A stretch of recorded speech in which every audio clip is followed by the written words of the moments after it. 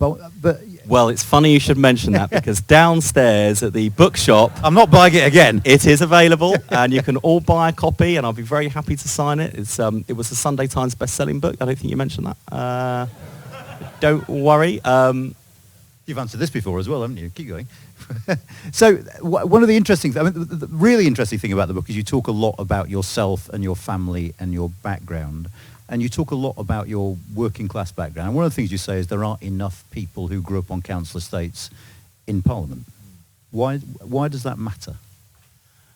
Because I think one of the reasons why the social contract in this country has been shattered and why we have a cost of living crisis where people on lower middle incomes have been most sharply affected, it's not because the people who sat around the cabinet table are evil or bad people with awful intentions.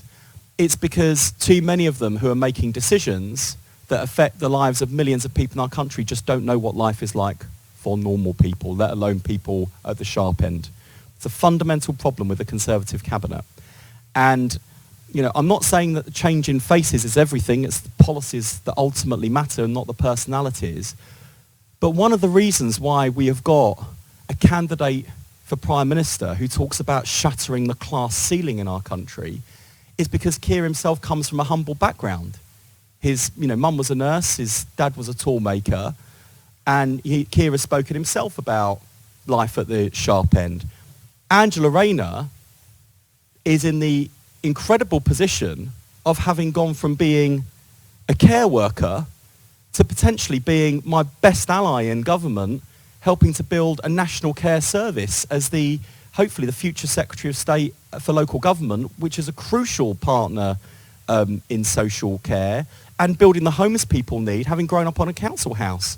And my God, I thought I had it tough growing up. Angela makes me look posh in terms of what she has been through and the hardship she's overcome. How incredible that someone who's come from, the School of Hard Knocks and the University of Life might be our country's Deputy Prime Minister. The reason why I'm excited about the prospect of Bridget Phillipson being the Secretary of State for Education is because, like me, she grew up in poverty and we would not be where we are without the transformational power of a state education. So we lived it, we get it.